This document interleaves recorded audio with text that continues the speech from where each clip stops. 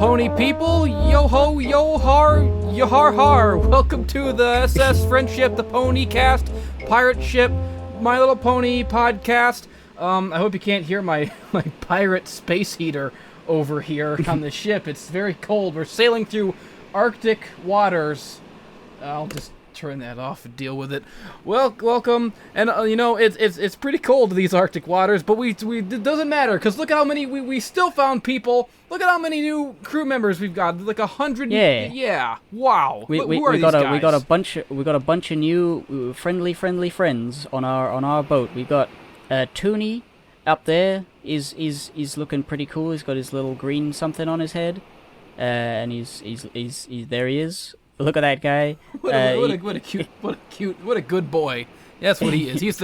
That's his official rank and title on the ship, is the ship good boy. Yeah. And on the figurehead there we've got hang on, let me just find the name of it. And on the figurehead there we've got Eagle Eyes. She has 2 eye patches, as you might notice, and a telescope. And she's the most beast-sightingest pony to ever see the 7 seas until her eyes were pecked out by crows. So, that's a tragic backstory, but she's got, a cutie mark in telescoping. So she's still working at it. Yes. What a beautiful design that this pony was born with, because we're all ponies and this is a real thing. This is real life. We're all ponies. What a beautiful design that she happens to be. What a cool person. Wow, these 2 eye patches, and she is our official navigator on this ship, our official, she doesn't need eyes, we don't need her to have eyes. It's kind of like how on Doctor Who, like the Doctor, his navigation controls are all wonky, but he never fixes them because he likes the sense of adventure, of just hurtling through space with no rhyme or reason. It's like that, we a pirate ship like this, an adventure like this, we need the best navigator we can have is one with no eyes, because she looks through that telescope.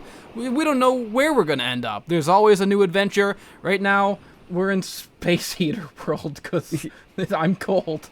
But that was a mistake on her part, but next time she'll send us somewhere better. Yeah, and finally, we have Raisin over there. He also has a telescope, but he's looking under the water for telescope. He's looking for sunken treasure off in the water. He's a cool guy. He's got a cool purple mane. I think he's pretty cool. You'll have to describe this one to me, because I'm the blind guy here. I don't even know what this guy looks like. I don't even know who I'm looking at, because you haven't drawn him yet. I mean, someone hasn't drawn him yet. Well, he hasn't. But you're looking over the other side of the boat. You can't really. You're looking at the TV down there. You can't see him yet. That's right. I'm locked in position, looking over on one side of the ship forever. Oh wait! I'm getting a vision. Just now, I'm getting a vision. The 7 deities have blessed me with a vision of what this guy would look like if I just if I weren't so lazy, and if I just turned around and looked over the other side of the ship. There he is. He's got a little basketball, and he's purple. He's got a purple spot, a cutie mark. Wow, what a nice guy. He's the ship's nice guy. That's his rank and title.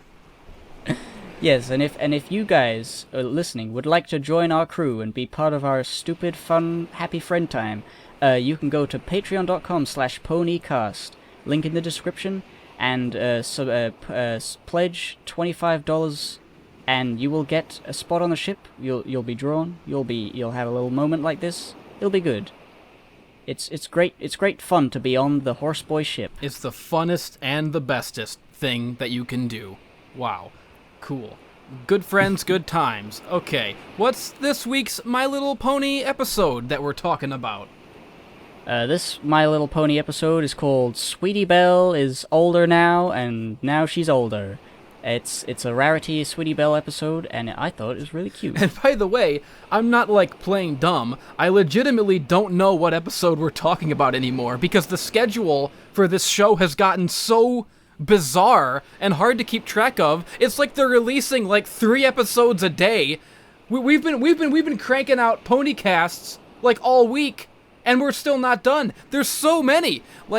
I guess it's because like there's like they're airing different episodes in Canada and also airing 2 episodes in Canada. Yeah, so it's like every weekend there's. Yeah, they're airing every weekend. They're airing 2 episodes per week, and in America it's just normal. So, last week we did the Fluttershy one that came out in America, but in Canada that came out like a few days earlier, and then the Rarity one came out during that time. So it's all confusing. But we're gonna just stick to 1 per week. For simplicity reasons. I don't want to have to do like a pony cast like constantly. It's a bit much. And of course, by per week, we mean whenever we make them, because I'm far too stupid to actually stick to an actual schedule. But at least 1 per week. Yes. The end. That's the end of this episode. Wait, there's stuff that happened. Rarity is in her boutique in Canterlot, and there's this other pony that I don't remember that much. I think. Oh, I think I remember when she was her introduced. name. I feel like Sassy Shores or something like that. She's long horse, long neck British pony, and Rarity's like, oh yeah, whatever. I got it all figured out. Everything's fine, except that I'll miss my sister and I want to go home. Oh my goodness, I'm crying really loud. What do you think about Rarity's crying? I think it's still, like, charming, but sometimes... Well, they sort of lampshaded it. She did have that... There was a great line when she was reacting to something in her typical exaggerated manner, and she, like, leans over to Sweetie Belle and is like, she's in the clubhouse, and she goes, do you have a fainting couch in here? I need... It's more fun to faint with a couch nearby. Yeah, that was cool. Man, this show is getting like The Simpsons with the background characters. It's getting out of control. I can't remember people's names now. Oh, 7 seasons, man. We're really in it. We're in the eye of the maelstrom right now. Yeah, it's there was that little filly that I think was introduced before with the tiara on her head and the glasses, having problem with a dog. Like, she's actually a character cute. already. I liked her. Whoa. She's been in an episode, I'm pretty sure. You didn't even... You're talking about, like, background characters. I mean, you didn't even watch the last season. I've been watching consistently, and even I forgot. I don't even know. I don't recall ever seeing her. Maybe I'm insane, but I think I've seen her before. You're probably right. What's her name? But yeah, Zippity Doo-Dah. Zippity Day. Zipper, Whippy, Whispery. God, Whispery Whippersnapper. This is the most professional pony cast. Of all the pony casts that take place on a pirate ship, this is the most professional one. Yes, well, let's start talking about what's going on. The episode is about Rarity coming home to see Sweetie Belle, who is now a real entrepreneurial sort of grown-up little pony filly who's with the CMC. They're actually doing work and they've got their cutie marks. They know what they're doing. They're helping ponies learn what their special talent is, and it's like, yeah, they've got like a thriving little business right there. They've already learned how to take their talent, their God-given talents, and use it to manipulate people into giving them money. Well, I didn't even see any money change hands, but it was nice to see that they'd grown up. They're like actual ponies now, sort of. It's cool to see they're just not dumb kids fucking around. And Rarity comes home and she thinks Sweetie Belle is a dumb kid fucking around, and she comes into the clubhouse and it's like, haha, how adorable, you're actually sort of like doing stuff. That's great. Now let's go do all this baby stuff that you like, you stupid little baby. Yeah, so the central conflict of the episode is that Rarity, she wants to hang out with her sister, but she's not ready to accept that her little sister is, getting a little older, not into the baby stuff anymore. She's got her own stuff to do, she's got her own stuff, she wants to go do Cutie Mark stuff. She wants to help little Zippity Doo girl with her dog problem, and she doesn't want to, go watch puppet shows with Rarity, and she's getting mad, and it's just yeah. Yeah, it's something very close to me personally as an episode, because I'm the eldest sibling of my Gibbon family that nobody knows what they look like, and my youngest brother, for the longest time, he was the youngest one. He was a little boy. And then one time I just realized that he's like the same age as me, kind of. Basically, he's just an adult. He's a teenager, and he's like not a little stupid kid anymore. And that's he can weird. How there's like me. how there's like that hump of maturity where like when you're like in high school and you're a teenager, like a person 1 or 2 years younger than you is like a whole different alien world. But when you get into your 20s, it's like no, people just stop maturing, I guess. So people just level out and become the same. It's weird how you can figure out that like a 39-year-old is basically the same as you at 23. They know a bit more, but that you can be friends with them. They're just, you know, being an adult and being a teenager. There's not, you know, there's a big difference. But when you're an adult, every adult is basically on the same level, and it's weird making that leap of, you know, maturity and understanding. Yeah. Like it's like knowing that your parents are just people and they can make mistakes, and you're like, whoa, wait a minute, I thought you were like God. I thought you knew everything, but now I'm teaching you things. It's weird. It's like, you know, you catch Princess Celestia squeaking out a fart, and you go, wait a minute, I thought you were God. And she goes, nope, I fart too. I can't be God. I'm disqualified from the runnings of godhood. There was this really nice... this episode is really quite straightforward, you know. It's like Rarity does these things to Sweetie Belle. She gets mad and she says, you know what? Yeah, fuck you. And then Rarity's like, what? And then she realizes the error of her ways. I like how there's a very brief moment where after Sweetie Belle says fuck you and like runs away, there's a very brief moment where Rarity gets incredulous about it. Like, after I did all of her favorite things, that little hussy, she's grown up to be a tramp and a bitch. But then she realizes that she made a mistake. But I like that first she was a little incredulous about it. Yeah, and that's exactly the thing, is that there's a lot of subtlety to the things that happen in this episode that I really like, that add to the whole message. Like, there was this bit when Rarity comes into the clubhouse at first. She doesn't notice the little filly in front of her. She says, oh, I'm sorry, I didn't see you there. You're tiny. And it was just... I noticed that she said that because, like, she, as that little filly, is smaller than the CMC, which is sort of suggesting that the CMC are no longer the smallest, you know, that they could be, that they're actually bigger. And I actually went and screenshotted a couple scenes to test, to see if Sweetie Belle was actually larger than, like the model size. If she had been, like, scaled up a little bit to be, like, older looking.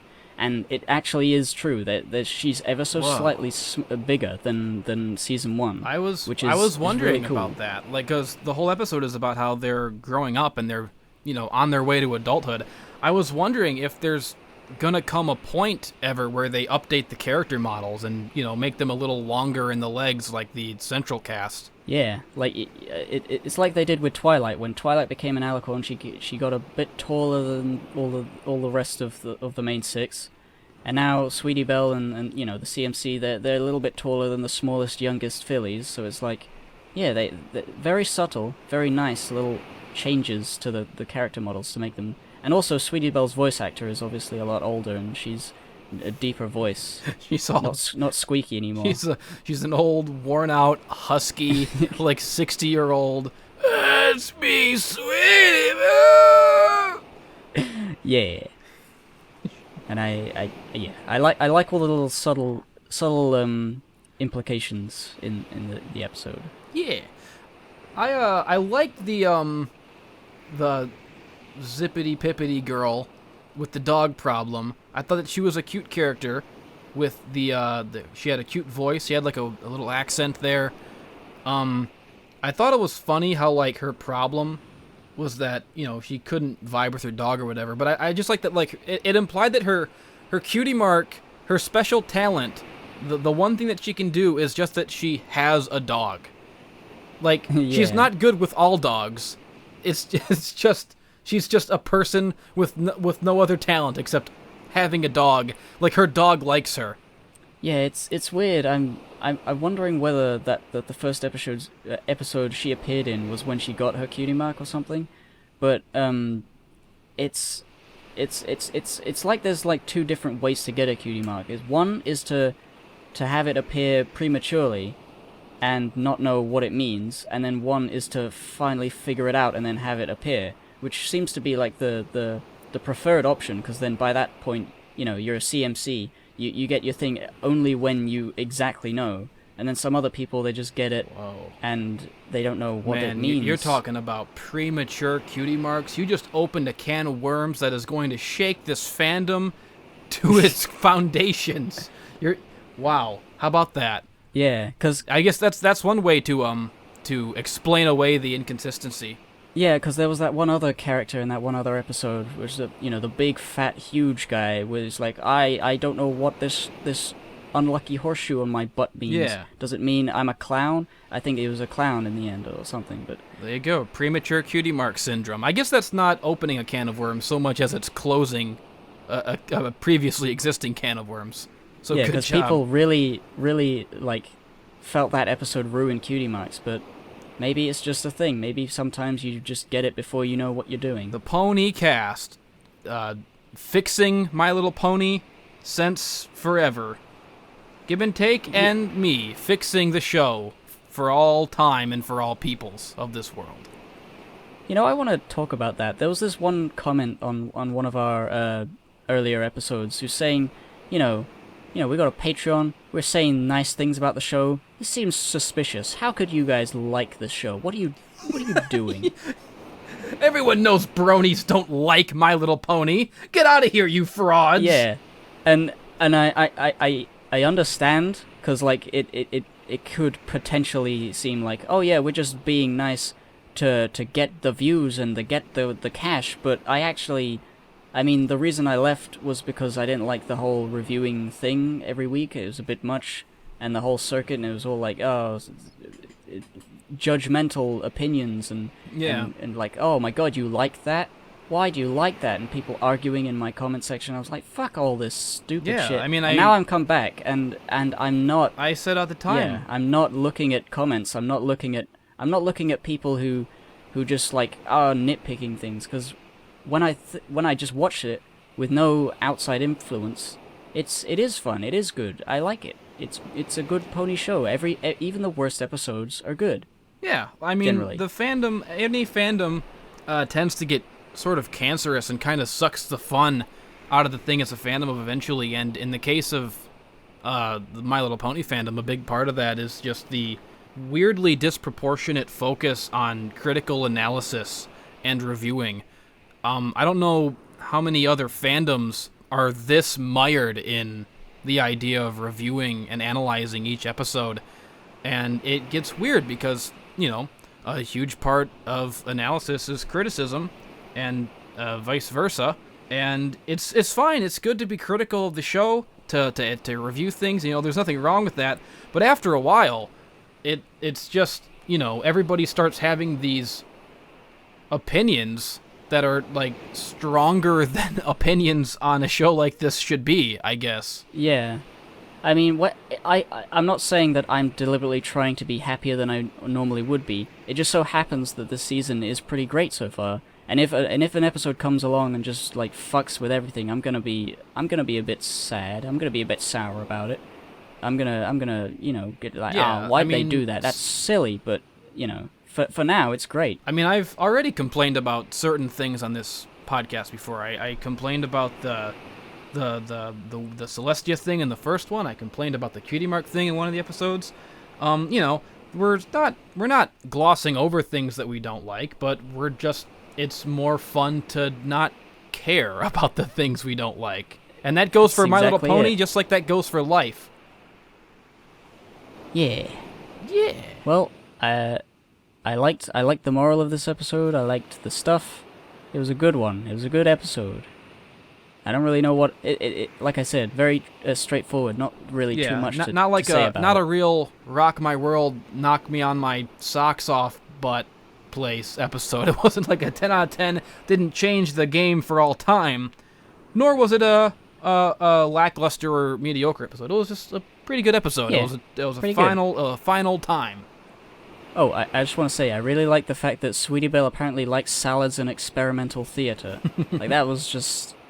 It was just pretty cute. It's funny. Funny to me that, Little squeaky little pony would like stuff like that.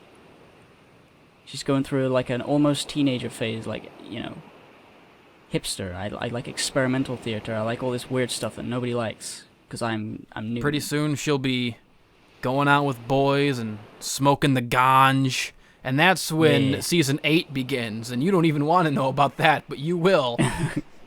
It's gonna happen. Yeah, that's gonna be pretty cool. What if they do a weed episode? That'd be the best. That'd be the stupidest, and also the best thing that could ever happen. Cause like weed is like it's no longer too much of a big deal. It's sort of becoming legal everywhere, and they could have like a pony equivalent, like that weird what was that thing, the pony joke thing, the blue thing. You could be smoking that. Poison. They could be smoking poison joke. Holy crap! Someone and you know. It's about time to do it, because all those 5-year-olds, when the show premiered, they're all like 12, 11, 13 now. They're getting into that stuff. They're getting into the poison joke. It's time to start cranking out the very special episodes and start teaching kids these lessons, these morals for their adolescence that they're going to need now as they go onto the path to adulthood, deciding what kind of an adult they want to be. A good guy or a guy who smokes the ganj. I can't wait. I can't wait for the smoking episode. That's gonna be great. Everyone's gonna be all fucked up. I hope it's Fluttershy. I hope Fluttershy gets into it first. Yeah, and she starts peddling it to the kids. The lesson is not for the kids to stop doing it. The lesson is, Fluttershy, stop being a fucking drug dealer. What are you doing? Corrupting our kids. You gotta go through the government. Gotta go through the government mandated weed dispensary, poison joke dispensaries. You can't just give it to people. That's illegal. She needs that government poison joke. She's using it for medicinal purposes. All right, and that's another. Yep, we did another it. pony cast. Thanks to our cool 3 new crew members. You can be a crew member too if you patreon.com/ponycast and give us money. Yeah. It's the boarding fee. All right, that's goodbye.